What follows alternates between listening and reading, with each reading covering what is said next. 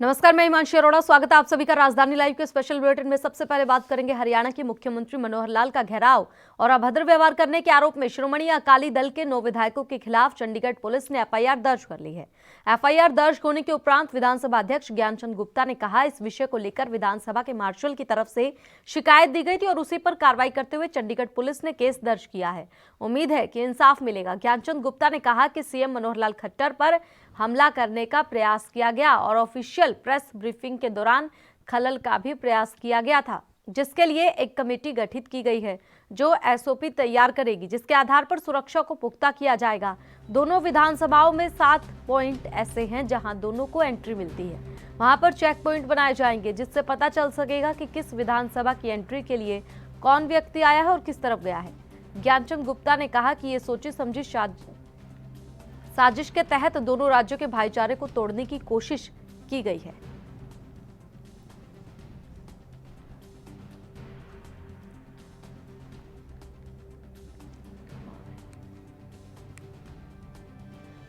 तो आपको बता दें कि हरियाणा के सीएम मनोहर लाल खट्टर के साथ अभद्र व्यवहार करने के मामले में फिलहाल 9 विधायकों के खिलाफ, जो कि पंजाब के हैं, शिरोमणि अकाली दल के हैं, केस दर्ज हो चुका है। चंडीगढ़ पुलिस की ओर से ये केस दर्ज किया गया है। ज्ञानचंद गुप्ता ने कहा है कि सीएम पर हमला करने का प्रयास किया गया था। एक कमेटी गठित की गई है जो कि एसओपी तैयार करेगी।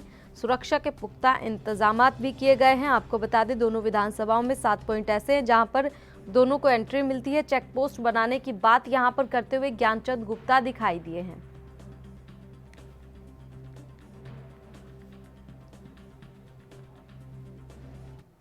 और ज्यादा जानकारी देने के लिए अभिषेक हमारे साथ जुड़ गए। अभिषेक, सबसे पहले पूरा मामला विस्तार से जानना चाहेंगे। जो श्रोमणी अकाली दल के जो विधायक हैं और उनके सहित जो 9 लोगों के खिलाफ जो है सेक्टर 3 चंडीगढ़ जो थाना है उसमें जो है एफआईआर विभिन्न धाराओं के तहत जो है दर्ज कर ली गई है। ये जो शिकायत जो है विधानसभा हरियाणा की ओर से दी गई थी, क्योंकि 10 मार्च को जो है अकाली दल के विधायकों द्वारा जो है मुख्यमंत्री का घेराव, अभद्र व्यवहार और हमला करने की नीयत से जो है वहां पर पहुंचे थे। और जब उस समय जो मुख्यमंत्री मनोहर लाल जो है मीडिया के साथ रूबरू हो रहे थे और वो मीडिया को ब्रीफ कर रहे थे विधानसभा सत्र के अंदर की जो कार्रवाई है उसके बारे में। तो उस दौरान एकदम से एक सुनियोजित तरीके से जो है अकाली दल के विधायक वहां पहुंचे और उन्होंने विरोध प्रदर्शन करते हुए नारेबाजी करनी शुरू कर दी। इसको देखते हुए विधानसभा अध्यक्ष ज्ञानचंद गुप्ता ने संज्ञान लिया और उन्होंने अधिकारियों के साथ बैठक कर शिकायत जो है ये अकाली दल के नेताओं के खिलाफ जो वहां पर मौजूद थे उनके सेक्टर 3 में दी और उन पर एफआईआर दर्ज करने की जो है मांग की। उसके बाद जो है अब चंडीगढ़ पुलिस ने कार्रवाई की और एफआईआर दर्ज कर ली है विभिन्न धाराओं के तहत। तो अब आगे की जो कार्रवाई है वो चंडीगढ़ पुलिस जिस तरह रूल के हिसाब से जो मनती होगी वो कार्रवाई जो है चंडीगढ़ पुलिस अमल में लाई जाएगी। हालांकि अकाली दल ने ये साफ तौर पे कहा है कि इस तरह के जो विरोध प्रदर्शन जो विधानसभा में इससे पहले भी होते रहे, उन्होंने उदाहरण भी दिया है कि इस तरह के जो विरोध प्रदर्शन है वो पहले भी इस तरह राजनीतिक पार्टियां वहां पर करती है। लेकिन जो ज्ञानचंद गुप्ता उनका साफ तौर पे कहना है कि दोनों स्टेट के जो भाईचारा है उसको खत्म करने की नीयत से जो है ये अकाली दल के विधायकों द्वारा ये इस तरह का जो प्रदर्शन रहा ताकि दोनों प्रदेशों का भाईचारा खत्म हो जाए। और उन्होंने अब आगे के इस तरह की घटना ना घटे तो इसके लिए जो हरियाणा विधानसभा और पंजाब विधानसभा के बीच में जो 7 एंट्री पॉइंट है वहाँ चेक पोस्ट की तरह के बंदोबस्त किए जाएंगे ताकि वहां से कोई भी एंट्री करता है तो उसकी पूरा विवरण और वो किस तरफ गया या किस ब्रांच में गया इसकी पूरी जानकारी हो। इस तरह के जो है प्रबंध सुरक्षा के जो है इंतजाम जो है अब हरियाणा विधानसभा की ओर से किए जाएंगे। और उसी के वहीं जो है जो एक कमेटी भी गठित की गई है जो एसओपी तैयार करेगी। इसके आधार पर सुरक्षा के जो है और तमाम जो पुख्ता इंतजामात हैं वो आगे रखे जाएंगे ताकि इस तरह की जो घटना कभी भविष्य में जो है किसी भी पार्टी या कोई विधायक या किसी भी तरह की इस तरह का जो विरोध प्रदर्शन अमल में ना लाया जाए। 7 पॉइंट्स पर चेक पोस्ट बनाने की जो बात कही गई है हरियाणा की ओर से, क्या उस पर पंजाब की कोई प्रतिक्रिया आई है? देखिए अभी पंजाब की ओर से प्रतिक्रिया नहीं आई। इससे पहले जब ये घटना घटित हुई थी तब जो विधानसभा हरियाणा अध्यक्ष हैं ज्ञानचंद गुप्ता, उनकी ओर से राणा केपी सिंह से मुलाकात भी की और उनको पत्र भी लिखा गया। उन्होंने भी इसको सही नहीं ठहराया कि इस तरह के जो ये विरोध प्रदर्शन किया और एक सुनियोजित तरीके से कई घंटे इंतजार करने के बाद जो है ये सुनियोजित तरीके से जब मुख्यमंत्री बाहर आते हैं तो अचानक इस तरह की जो कार्रवाई है अकाली दल के विधायकों के द्वारा अमल में लाई जाती, तो उन्होंने भी इसमें इसको सही नहीं ठहराया और उन्होंने ये कहा कि इस तरह के जरूर बंदोबस्त किए जाने चाहिए ताकि भविष्य में जो है इस तरह की किसी भी तरह का जो है विधायकों द्वारा जो प्रदर्शन कहें या कोई कार्रवाई कहें या इस तरह का सुनियोजित जो एक तरीका जो अपनाया गया था अकाली दल के विधायकों द्वारा वो ना अपनाया जाए किसी भी राजनीतिक पार्टी के द्वारा। जी, सरकार की ओर से इस पूरे प्रकरण को लेकर क्या कुछ कहा गया है? सरकार की ओर से इसका मुख्यमंत्री ने उसी दौरान और ये विधानसभा के अंदर भी ये विषय उठा, इसकी निंदा की गई और कहा गया कि इस तरह के जो कार्यक्रम कहें या विरोध प्रदर्शन है जो सुनियोजित तरीके से कई कई घंटे इंतजार करके गाड़ी में बैठ के इंतजार करा और उसके बाद एकदम से हमले जैसी जो है कार्रवाई अमल में लाएगी, तो इसकी निंदा की गई और विधानसभा के सत्र के दौरान भी जो है इसमें निंदा प्रस्ताव लाया गया। स्पीकर ने खुद इस घटना का जिक्र किया चलते सत्र के दौरान और इस तरह के साफ तौर पे अब इस तरह के प्रबंध जो है हरियाणा विधानसभा की ओर से किए जाएंगे ताकि आगे भविष्य में किसी भी मंत्री या किसी भी व्यक्ति का इस तरह का विरोध प्रदर्शन या एक सुनियोजित तरीके से ऐसे हमले, उन्होंने साफ तौर पे कहा कि हमले जैसी ये कार्रवाई थी और दोनों प्रदेशों में जो भाईचारा है उसको खत्म करने की कहीं ना कहीं जो है मंशा अकाली दल के विधायकों द्वारा एक साजिश के तहत रखी गई। इस तरह के मामलों में किस प्रकार की कार्रवाई की जाती है, क्योंकि बात यहाँ पर विधायकों की है, पुलिस की ओर से क्या कोई जानकारी दी गई है कि आगे क्या कुछ कार्रवाई होगी? हालांकि चंडीगढ़ पुलिस की ओर से जब हमने जानना चाहा या उनसे इसके बारे में बात करनी चाहिए तो उनका अधिकारी आधारित तौर पर इस विषय पर नहीं उन्होंने बात करी और ना ही कैमरे के सामने आए और ना इस मामले में वो कोई जानकारी देना चाहते थे। तो इसको लेकिन अब एफआईआर दर्ज हो गई है। एफआईआर दर्ज होने के बाद जो कानूनी जो कार्रवाई आगे की जो वो अमल में लाई जाएगी। जिस तरह कानून में प्रावधान है एफआईआर दर्ज होने के बाद जिस तरह कानून में प्रावधान है उस तरह जो भी कार्रवाई बनती होगी वो चंडीगढ़ पुलिस जो है अमल में लेके आएगी इन विधायकों के खिलाफ और जो नामजद जो इसमें लोग हैं जो उस समय उस विरोध प्रदर्शन के दौरान वहां पर हरियाणा पंजाब विधानसभा परिसर में मौजूद थे और ये जो हमले की कार्रवाई जो बताई गई है और एक अभद्र व्यवहार जो मुख्यमंत्री मनोहर लाल खट्टर के साथ करने का जो प्रयास था उस पर जो है अब कानूनी जो कार्रवाई चंडीगढ़ पुलिस जो है वो अमल में लाएगी। इस वक्त ये घटना हुई अभिषेक, क्या सिर्फ उस वक्त सिर्फ ये विधायक ही थे या फिर और लोग भी थे या उन लोगों पर भी कार्रवाई होगी? क्या इस बारे में कोई जानकारी मिली है? बिल्कुल, उस समय जब मुख्यमंत्री मीडिया के साथ रूबरू हो रहे थे उस समय उनका जो सिक्योरिटी का जो अमला है वो पूरा वहां पर मौजूद था। सीआईडी के अधिकारी वहां मौजूद थे, हरियाणा पुलिस के जो अधिकारी कर्मचारी वहां मौजूद थे, पत्रकार काफी तादाद में वहां पर मौजूद थे। एकदम अचानक से ये अकाली दल के ओर से ये कार्रवाई जो है वो की गई। ये विरोध प्रदर्शन एकदम से वो और गाड़ी में से निकले और काले झंडे अपनी जेब में से निकाल के उन्होंने नारेबाजी शुरू कर दी। तो ये उस दिन अविश्वास प्रस्ताव जो है कांग्रेस की ओर से लाया गया था और इसी का जो अविश्वास प्रस्ताव कृषि कानूनों को लेकर और कांग्रेस जो है उसका अविश्वास प्रस्ताव क्योंकि वोट उनको पूरे बहुमत ना मिलने के कारण गिर गया था, तो उसी किसानों के की आवाज उठाने का जो बात है अकाली दल की ओर से कही गई। उन्होंने इसका विरोध किया कि जो सरकार है वो किसानों के साथ नहीं खड़ी, इस वजह से जो है ये विरोध प्रदर्शन अमल में लाया गया। तो अब जो है आगे उस समय भारी संख्या में जो पुलिस बल भी वहां पर तैनात था, तो अब ये जरूर एक कमेटी गठित कर दी है जो कि सीआईडी का अधिकारी हो या पुलिस का अधिकारी हो या कोई अन्य अधिकारी हो जिसको इस बारे में जानकारी होने के बावजूद भी है वो इस पर किसी तरह का बंदिश लगाने में या इसको रोकने में कामयाब नहीं हो, तो इस तरह अधिकारियों के पे कार्रवाई करने के लिए एक कमेटी बनाई है जिसका भी इसमें दोष या नाम सामने आएगा उसमें जो है फिर कानूनी या जो भी कार्रवाई बनती होगी नियम अनुसार वो अमल में लाई जाएगी। ज्ञानचंद गुप्ता जो विधानसभा अध्यक्ष हरियाणा है उनकी ओर से ये साफ तौर पर इस बात का भी जिक्र किया। शुक्रिया अभिषेक ज्यादा जानकारी देने के लिए। तो इस मामले में फिलहाल जल्द ही कार्रवाई हो सकती है क्योंकि केस तो दर्ज हो चुका है। इसी के साथ रुक करते अगली खबर की ओर। भारतीय किसान यूनियन के राष्ट्रीय प्रवक्ता राकेश टिकैत ने यह कहा है कि जब बीजेपी वाले विपक्ष में थे तो वो हमारे साथ थे। बीजेपी ने तब भी सरकार को उखाड़ फेंकने में हमारी मदद की थी, लेकिन अब इनकी सरकार आई है तो ये वही काम कर रहे हैं जो पिछली सरकारों ने किया। टिकैत ने कहा 26 मार्च को भारत बंद होगा तो हम चिल्ला बॉर्डर भी बंद करेंगे जो नोएडा को दिल्ली से जोड़ता है। वहां आंदोलन तेज किया जाएगा और अगर जरूरत पड़ी तो हम चिल्ला बॉर्डर पर भी गाजीपुर बॉर्डर की तर्ज पर ही आंदोलन शुरू करेंगे, क्योंकि नोएडा में जो लोकल बच्चे हैं उन्हें रोजगार नहीं मिल रहा है। जो इंडस्ट्री हैं उनके एचआर लोकल बच्चों को कंसीडर नहीं कर रहे हैं। मुजफ्फरनगर, मेरठ, गाजियाबाद, बागपत और नोएडा के जाट और गुर्जरों को यहाँ पर नहीं रखा जाता है। खासतौर पर नोएडा के लोगों को ये लोग आखिर कहाँ जाएंगे। राकेश टिकैत ने जातिवाद पर यह कहा, हम जातिवाद नहीं फैला रहे, जातिवाद तो फैक्ट्री वालों ने फैला रखा है। गुजरात के नमक के किसान बर्बाद हो गए हैं, वो बंधन में हैं।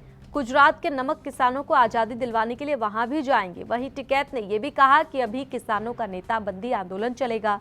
नेताबंदी आंदोलन ये है कि जो भी नेता बोलना चाह रहे हैं वो आज़ाद होकर बोले, चाहे वो किसी भी पार्टी के हों। टिकैत ने कहा बहुत सारे वरिष्ठ नेता हैं जो बोलना चाहते हैं लेकिन बोल नहीं रहे। कुछ लोग ऐसे हैं जो टीवी पर नहीं बोल रहे, उन्हें खुलकर सामने आना चाहिए और बोलना चाहिए।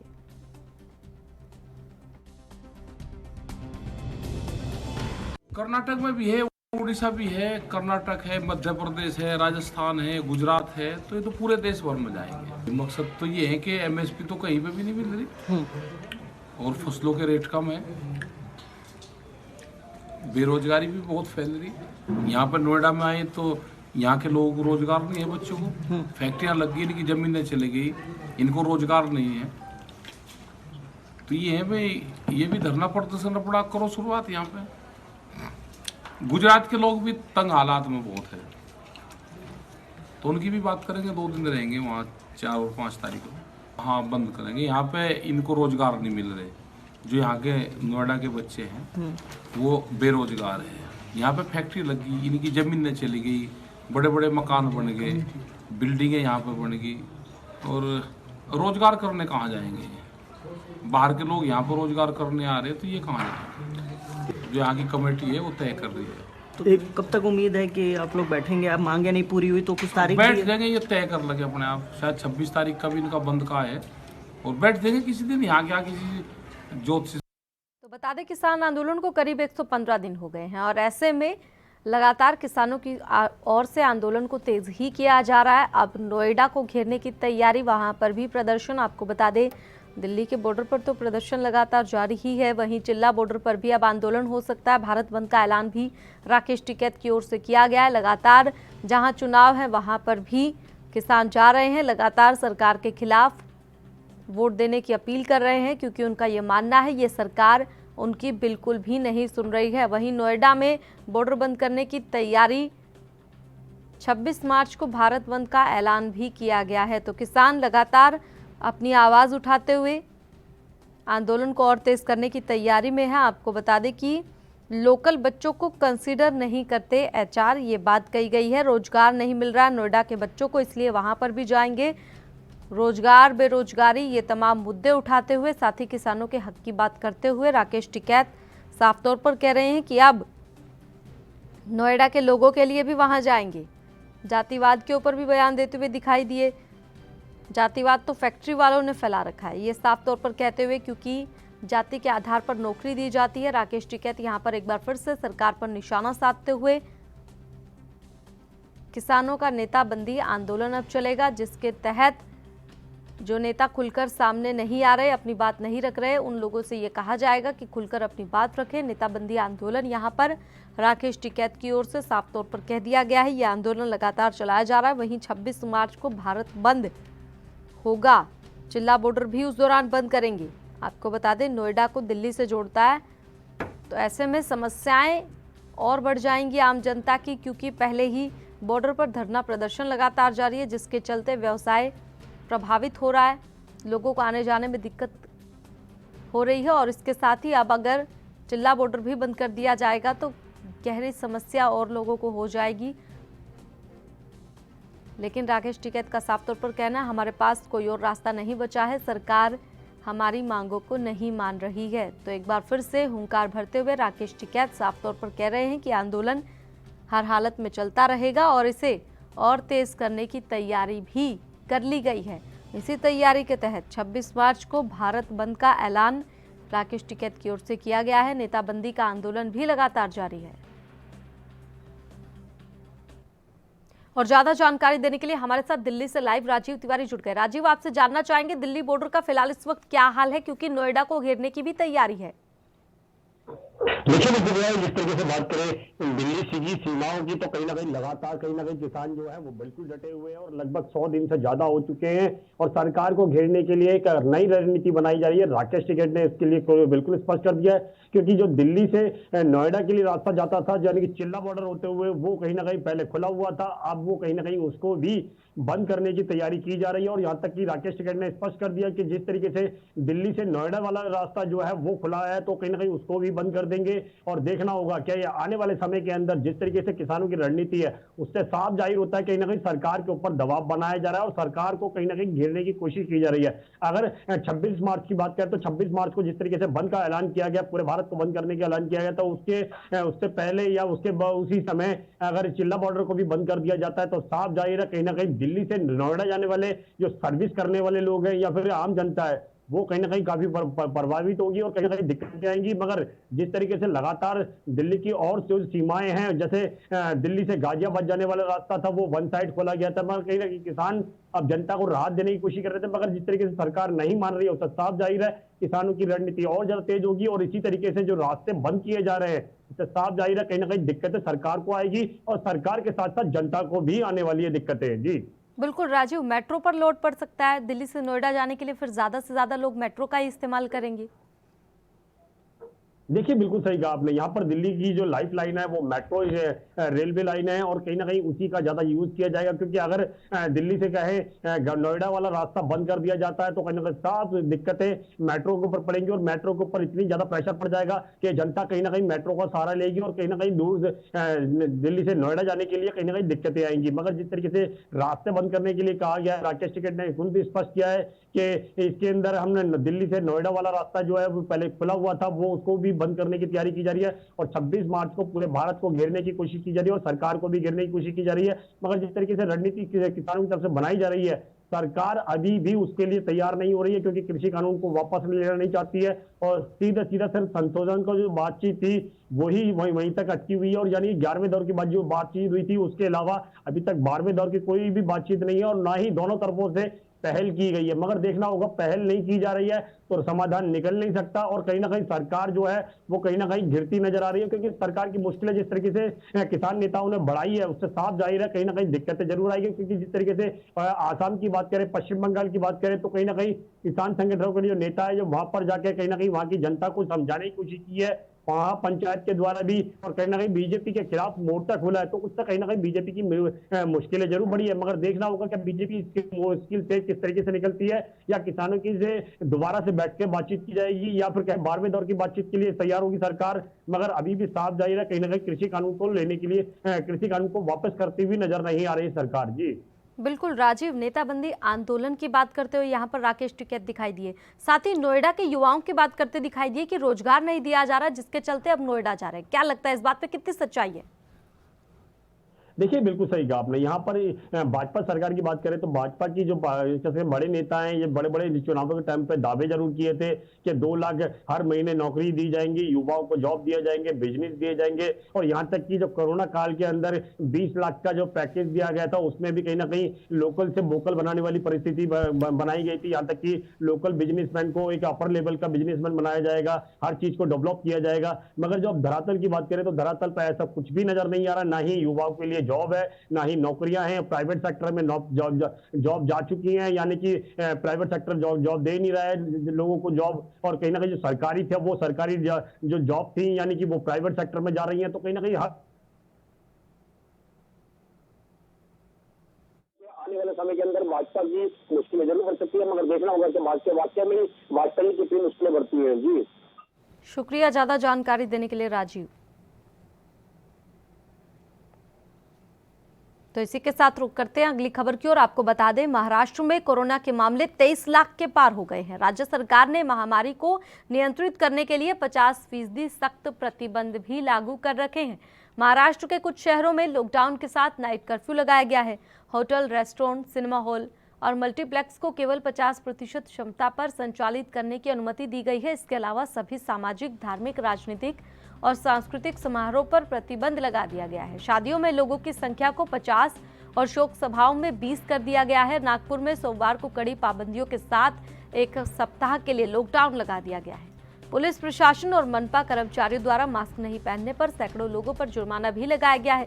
मुंबई सहित महाराष्ट्र में कोरोना काफी तेजी से अपने पैर पसार। राज्य से रोकने के लिए महाराष्ट्र सरकार ने तमाम जगहों पर टीकाकरण अभियान भी शुरू किया है। वहीं कड़े नियमों के साथ स्थिति को नियंत्रण में लाना चाहते हैं। बता दें, आज पीएम नरेंद्र मोदी सभी राज्यों के सीएम से कोरोना पर चर्चा करेंगे। ऐसे में महाराष्ट्र के सीएम उद्धव ठाकरे से भी कोरोना स्थिति को नियंत्रण में लाने के लिए चर्चा होगी, जिसके बाद कयास लगाए जा रहे हैं कि और नियम, कायदे, कानून भी महाराष्ट्र में लागू किए जा सकते हैं। तो बेलगाम कोरोना, क्योंकि मामले लगातार बढ़ते जा रहे हैं। कोरोना वायरस के 50% सख्त प्रतिबंध हालांकि लागू कर दिए गए हैं। कुछ जगहों पर नाइट कर्फ्यू लगाया गया है। वहीं बात करें नागपुर की, वहां पर पूर्ण लॉकडाउन लगा दिया गया है। तो जिस तरह से केंद्रीय टीम की ओर से साफ तौर पर कहा गया है कि ये राज्य में वायरस की दूसरी लहर है। हालांकि भारत के पास वैक्सीन है, लेकिन बावजूद जो ये आंकड़े सामने आ रहे हैं, बहुत ही डराने वाले आंकड़े हैं और ऐसे में जनता लापरवाही बरत रही है। अभी भी जनता जो है इस चीज से सतर्क नहीं हो रही है। तो लॉकडाउन फिर से लग सकता है, ये कयास लगाए जा रहे हैं, क्योंकि जिस तरह से मामले सामने आ रहे, बड़े गंभीर और चौंकाने वाले ये मामले हैं। हजारों की संख्या में रोजाना मामले सामने आ रहे हैं और ऐसे में सरकार की ओर से लगातार सख्ती भी बढ़ाई जा रही है। महाराष्ट्र में इस वक्त सबसे ज्यादा कोरोना का कहर है। हालांकि बाकी के राज्यों में भी नाइट कर्फ्यू का ऐलान किया गया है। कल गुजरात में कई जगहों पर नाइट कर्फ्यू का ऐलान किया गया। पंजाब की बात करें, वहां पर भी कुछ जगहों पर नाइट कर्फ्यू लगाया गया है। महाराष्ट्र की सबसे ज्यादा गंभीर स्थिति है। सरकार की ओर से लगातार सख्त नियम, कायदे, कानून लगाए जा रहे हैं। आज प्रधानमंत्री सभी राज्यों के सीएम से कोरोना पर चर्चा करेंगे, जिस दौरान अहम फैसले लिए जा सकते हैं। राज्य में किस तरह से कोरोना की स्थिति पर नियंत्रण पाया जा सके, इस पर अहम ये चर्चा। और महाराष्ट्र में क्योंकि हालत गंभीर है, तो सबकी नजरें इस वक्त महाराष्ट्र पर ही हैं। वहां के सीएम से भी बातचीत होगी प्रधानमंत्री की। तो ऐसे में महाराष्ट्र के लिए क्या नियम, कायदे, कानून लिए जा सकते हैं, इस पर भी सबकी निगाहें टिकी हैं।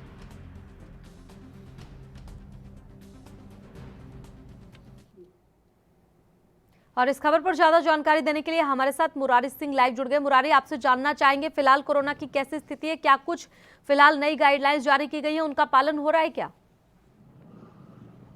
देखिए, कोरोना की बात करें तो मुंबई सहित महाराष्ट्र में स्थिति अभी भी उसी तरीके से है। कह सकते हैं कि जो आंकड़े हैं वापस से बढ़कर आए हैं। महाराष्ट्र में 23 लाख का आंकड़ा इस समय कोविड पॉजिटिव का चल रहा है। इससे अंदाजा लगाया जा सकता है कि स्थिति क्या होगी।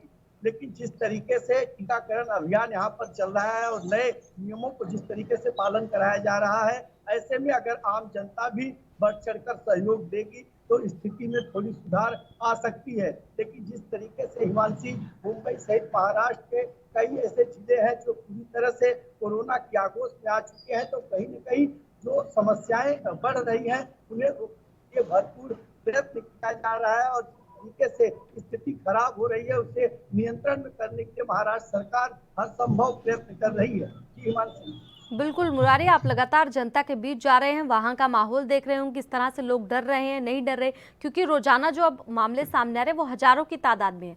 पहले जब आपने बातचीत की थी तो उस दौरान साफ तौर पर जनता ये कहती दिखाई दी थी कि कोरोना जैसा कुछ नहीं है, सरकार बेवकूफ बना रही है। अभी भी लोगों का यही मानना है? देखिए हिमांशी, अगर कुछ इलाकों की बात करें तो वहाँ पर लोगों का यही कहना है कि नहीं, इस तरीके की बातें नहीं है। लेकिन जिस तरीके से स्थिति खराब हो रही है और महाराष्ट्र सरकार जिस तरीके से एक के बाद एक कदम उठा रही है, चाहे वो नागपुर में फुल लॉकडाउन हो या पुणे में नाइट कर्फ्यू हो, मुंबई सटे ठाणे, कल्याण, डोंबिवली, मीरा रोड में नाइट कर्फ्यू हो, तो जिस तरीके से सरकार एक्शन मूड में आई है उसे लेकर के लोग अब थोड़े से डरे और सहमे हुए हैं। और यही वजह है पिछले 2 दिन के अंदर की बात करें तो थोड़ी सी भीड़ भाड़ जो है कि कम की जा रही है, लेकिन महाराष्ट्र सरकार में उद्धव ठाकरे ने और डिप्टी सीएम अजीत दादा पवार ने साफ तौर पर कहा कि अगर लापरवाही बरते तो कदम उठाई जाएगी। बार, होटल, रेस्टोरेंट यहाँ पर 50 चलाने की अनुमति दी गई है और मनपा कर्मचारी द्वारा भी नजर रखा जा रहा है ताकि स्थिति किसी तरीके से सुधार में लाई जाए। जी हिमांशी, आज सभी राज्यों के सीएम से कोरोना पर चर्चा करने वाले, उसको लेकर क्या कुछ अपडेट आपके पास है? उद्धव ठाकरे पूरी इसकी तैयारी कर चुके हैं, पूरा खाका बना चुके हैं। जो स्थिति है, चाहे वो स्वास्थ्य मंत्री के जरिए या फिर मनपा के जरिए या पुलिस प्रशासन के जरिए पूरी जानकारी हासिल कर चुके हैं। और आज जब प्रधानमंत्री से उनकी बातचीत होगी तब वो सारे तथ्य को सामने रखेंगे, जो स्थिति है वो सामने रखेंगे, केंद्र के सामने जो समस्याएं होगी उससे जो है कि निपटने के लिए मदद मांगेंगे। ऐसे में कहा जा रहा है कि लॉकडाउन लगाने की स्थिति में उद्धव ठाकरे प्रधानमंत्री नरेंद्र मोदी से बात कर सकते हैं, क्योंकि लगातार आंकड़े जो हिमांशी आंकड़े की बात की जा रही है, 1500 आ रहे हैं, दूसरे दिन 1600, 2000 आ रहे हैं तो दूसरे दिन 3000, मतलब कहीं से कोई राहत नहीं मिल रही है। हर इलाके में कोविड पॉजिटिव के केस पाए जा रहे हैं, हर दिन नई सोसाइटियां सील हो रही हैं। और यही वजह है कि आज जो कि मुख्यमंत्री उद्धव ठाकरे जब प्रधानमंत्री जो कि नरेंद्र मोदी से बातचीत होगी तो शायद वो मुंबई में सड़क नियमों के लिए जो है कि वहां पर चर्चा कर सकते हैं। जी मुरारी, शुक्रिया ज़्यादा जानकारी देने के लिए। तो सभी को अब देखना यही है कि प्रधानमंत्री जब चर्चा करेंगे उस दौरान क्या कुछ नए नियम, कायदे, कानून लेकर आते हैं। तो ऐसे में देखना यही है, क्योंकि सबसे ज़्यादा ज़रूरी इस वक्त ये है सोशल डिस्टेंसिंग का पालन करें, मास्क लगाएं। लगातार हम भी आपसे यही अपील कर रहे हैं, क्योंकि कोरोना की दूसरी लहर इसे कहा जा रहा है और ऐसे में खतरा काफ़ी बढ़ गया है। तो लोगों से यही आग्रह कि भीड़ वाली जगहों पर ना जाएं, मास्क ज़रूर लगाएं और साथ ही साथ सोशल डिस्टेंसिंग का पालन करें। फिलहाल राजधानी लाइव स्पेशल बुलेटिन में इतना ही। आप देखते रहें ANB न्यूज़। नमस्कार।